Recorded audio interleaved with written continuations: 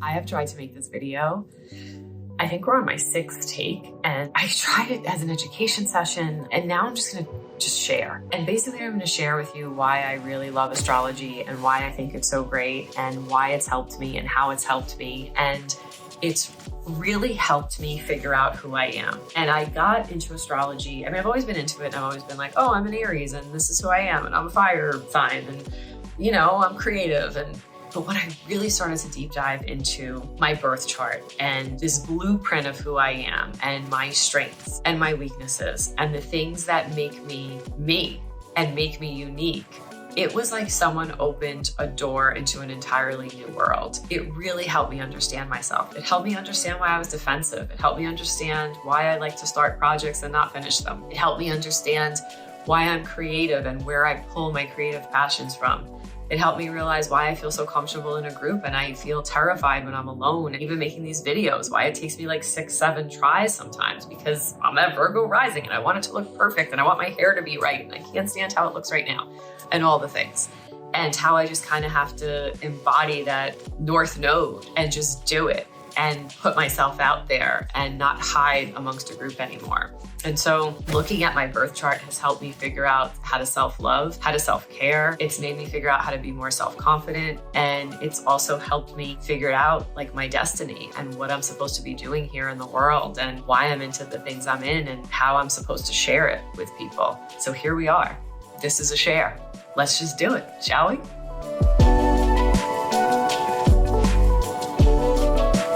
I like to think of astrology as like that parent who loves you no matter what. They are like super unconditional. They will hang up your straight A's on the fridge. They will be the first person in the first row at the play or the basketball game. They'll just celebrate you and tell you how life was nothing until you got here and how you're just here to put your mark on the world. But at the same time, they're going to tell you, hey, you got a temper. You don't clean your room.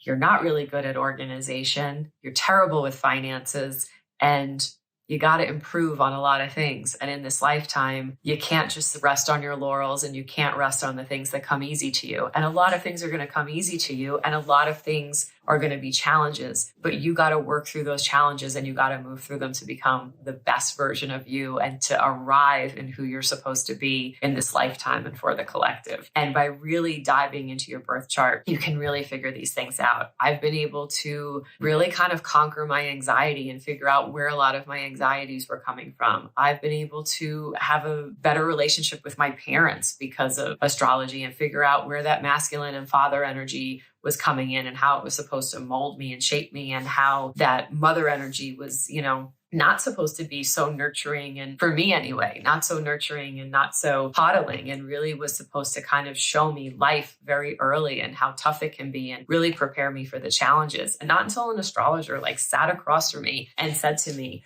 your mom might not have been the mom you wanted when you were a kid in regards to the fact that she wasn't holding you and coddling you and, oh, baby, and I'm going to make everything okay. But your mother was the mother that you needed. And the astrologer looked at me one time and said, you can't tell me sitting across from you that your mother did not prepare you for life. And I was like, no, my mother absolutely did. If anyone prepared me the most for life, it was my mom. She gave me the most tools for life. And she made sure that I was well prepared, and I knew it was not all roses and unicorns and fairies, that it was going to be tough, and that I was going to have to really have my own back, and I needed to get an education, and I needed to be able to work, and I couldn't depend on people to solve all my problems for me and save the day. She kind of taught me the tough lessons early on in life, and not until later on in life, until I really started getting into astrology and deep diving, did I really, really have an appreciation for all of that. And I really, really do now. I'm so grateful for all of it. Yeah, she prepared me very, very well. And by looking at astrology and looking at my chart, I was able to kind of realize a lot of these things. And I've also been able to realize what my destiny is, why I feel so comfortable. You look at your North Node and your South Node. Your North Node and South Node will give you so much information into the lessons you needed to learn, why you feel so comfortable in certain components and why certain things terrify you, but why you need to do them, because it's what you really, really want to do. It's that fire inside of you and how you have to move through that and push through through that. And I'm an Aquarius South node and I'm a Leo North node. And that's that like Beyonce energy. It's like she was great in Destiny's Child, but she needed to leave Destiny's Child and like be who she was and be on her own, even if it didn't make sense to anybody or even if it was hard. And she had to isolate herself and she had to work even harder. And you know, she didn't have a group to fall back on. It was just her and it was all her. She's doing great, right? Looking at those areas of my chart and then looking up people who out in the world who were in those areas and who were embodying them great, but who also weren't, kind of helped me navigate it a little bit. I also have a lot of retrogrades in my second house, and that is around finances and money. And I have Libra in that house.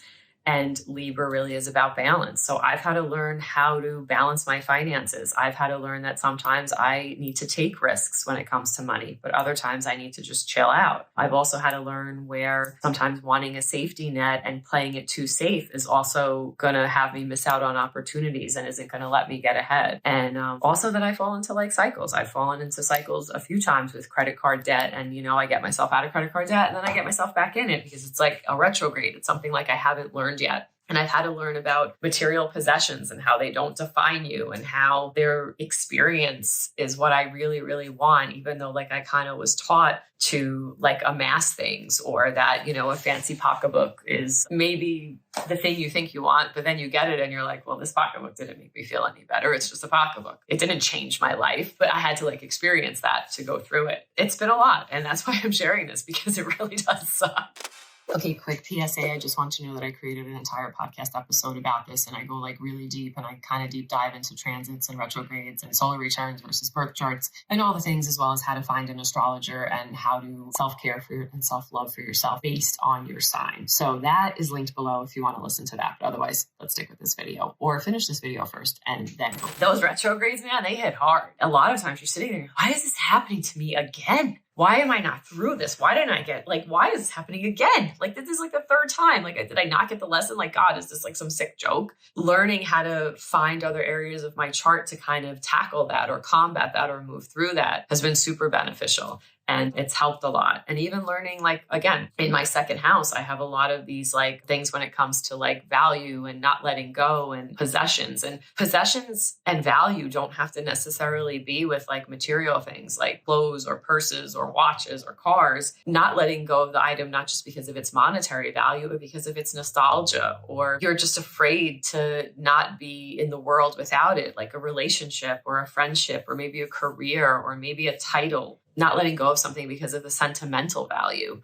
and not wanting to let go of it. Like, it's crazy because like I can like change up my look and I can cut my hair and I can go move to a different country on a whim. But like throwing away an old t-shirt from college or high school, I'm like sit there like it's the end of the world. And it's like I started to understand that so much better once I started to like dive into my astrology chart and look at my chart and figure out these things about me. It's also why I'm so big on like growth and being like a perpetual student. I have so much energy in my 8th house, and that's like sex, death, taboo, rebirth. And it's why I don't mind like switching things up. It's why I don't mind changing my look. It's why I'm constantly like evolving. And maybe something I was into 2 years ago or 3 years ago, I'm not into anymore. And a lot of times people would be like, well, you're not into that anymore. Why not? And I'm like, I don't know. I'm just not. I'm like kind of over it. Like, I don't think any knowledge is wasted. Like, you can go learn something. You're going to use it somewhere down the road. Like Bill Gates, he talked about how he learned calligraphy when he was in high school. I mean, college, he had to take college classes because his adoptive parents like made him take these college classes, even though he didn't want to be in college, but like they promised his birth mom he could take these college classes and they would put him through school. And that was like part of the thing with the adoption. I'm pretty sure this is how the story goes. But anyway, what ended up happening was he took these calligraphy courses because he didn't want to be in college. So he just took a calligraphy course because he was like, screw it, I'm going to take this class. And anyway, he learned that in college. And then years later, when he was developing, this wasn't Bill Gates,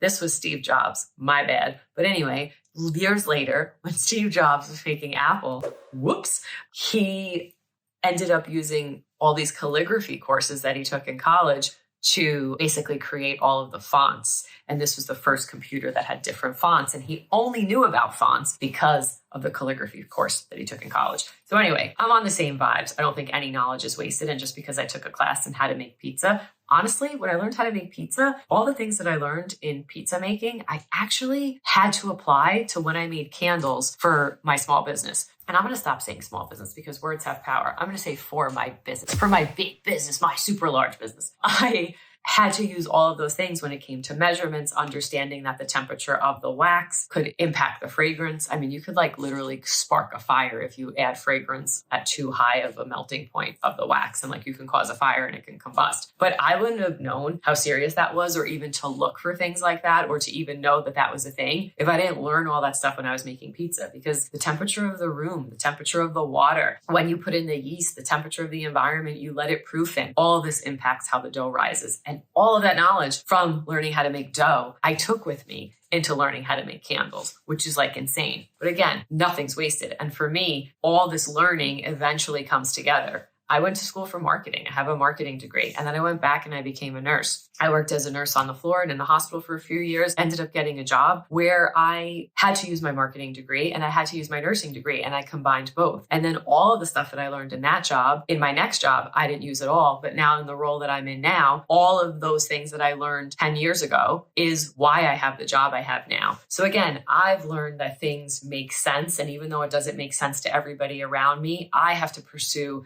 and go after my interests. And I have to go into what sparks me and where there's interest for me. And even though I can't have the answers for other people, I know because of my birth chart, it will work out. And eventually all those things will add up, and eventually those things will be pieced together. So that's why I am such a huge advocate and a huge, supporter of figuring out your birth chart and using it as a tool for I don't know why I said tool like that.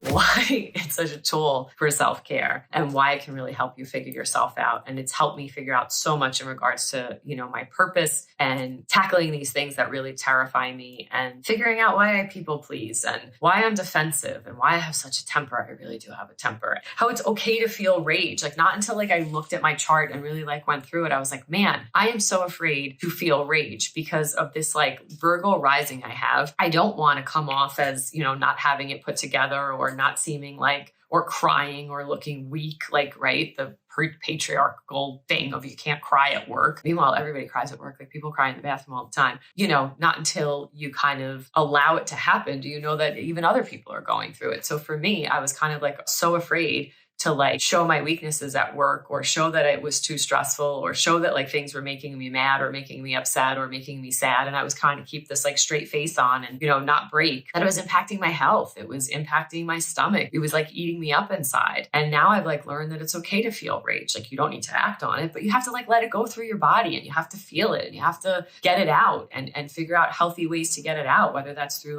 therapy, dumping it on her every week and, walking away, or calling up my partner and being hey, I don't need advice right now. I'm pissed off and I need to vent and I need someone to vent to. Can you be that person for me? You don't need to fix this, but I just need to get it out. I also learned that my rising sign, I'm a Virgo. And a lot of times I come off super serious and honestly a total bitch. And I've learned that people at work were you're so much cooler at happy hour. You were so cool at Emily's wedding, but why are you so serious here and so not fun? And that's that Virgo rising. Your rising is the mask that the world meets. It's kind of who you are in a job interview. And for so long, I would come off so serious and not fun, or people wouldn't realize how laid back and silly I am until the second or third time of meeting me. And I learned okay, on the first meeting of people, be who you are on the third meeting. It's okay to drop your guard a little bit, and it's okay to be a little, sillier at work, and you don't have to be so serious. And because I'm very much work hard, play hard, and we got to get what we got to get done and get the tasks at hand done, and then we can have fun. And it's no, you can take a 5-minute break and ask somebody how their weekend was. You don't have to just jump into the work, and actually be a person and,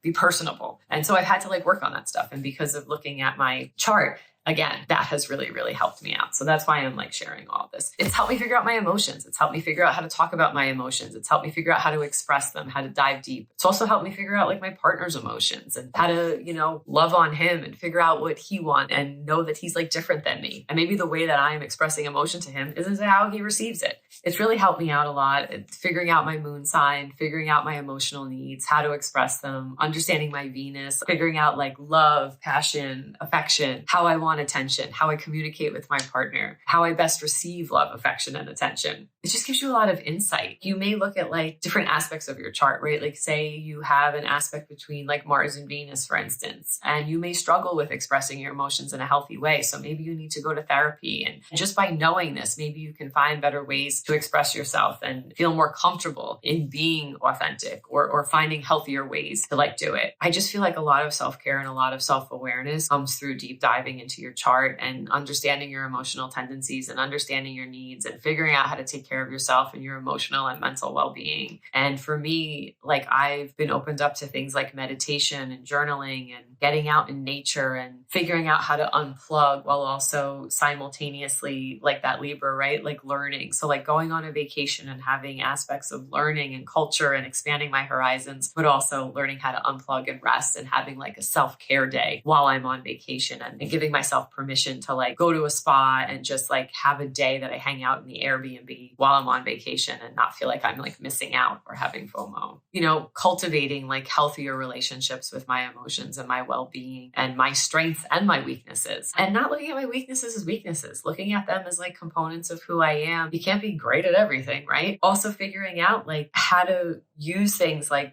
procrastination for me, or what people saw as weaknesses, like not sticking to one thing or trying all these things, how that's become like a huge component of who I am. And I don't know, I feel like it's made me more interesting in some way. And I figured out like better approaches and ways to tackle things and things that are better suited for me as a person that might not necessarily be for everybody. And that's okay. I think astrology at the end of the day can really help you work on improving certain areas of your life, and it can help you continue to grow and evolve as a person. And it serves as a really helpful tool in this process of self. It allows you to better understand yourself and your journey. And it kind of gives us a little bit of order and a little bit of a tool to figure out the chaos and at least figure out where to start. And in times like that we're in, that it's like things are so uncertain, it does help us feel like we have a little bit more control. And I don't know, it helps us with our personal growth. And I just feel like it gives us better insight into us. It's given me a lot of insight and the ability to kind of figure out what I need on certain days or at certain times in my life over what I necessarily think I may want for myself. And at the end of the day, it's helped me kind of see that this all does piece together eventually, and it may be not on the timeline that you want it to, and it may not be happening exactly how you want it to, but it's given me a greater appreciation that, you know, maybe things aren't what I necessarily want, but it's maybe what I need. And down the road, if an opportunity that I really wanted or a job that I really wanted didn't work out, that maybe there is like a bigger plan. And maybe it's this rejection right now has been the best protection for you, even though you're heartbroken and even though you're sad. And I once read a meme that said, you can't cry over a skinned knee that you got while dodging a cannonball. And I think a lot of times astrology and the birth chart, it really does show us that. And these transits and stuff, it really does show you that sometimes you got a skinned knee, but you dodged a cannonball, and things will kind of come together and piece together. And here's another tool to help you make this lifetime like really, really great. That's what I get from this. And if you've used astrology and you've used your birth chart for self-care or to figure yourself out or to navigate through hard times, I want to hear about it below. If you used it for your partnerships, your relationships, or your career, I really think it's great to share because we all get ideas. So please sound off in the comments below and share. Yeah. And follow, like, subscribe, and I will see you on the other side. Bye, guys.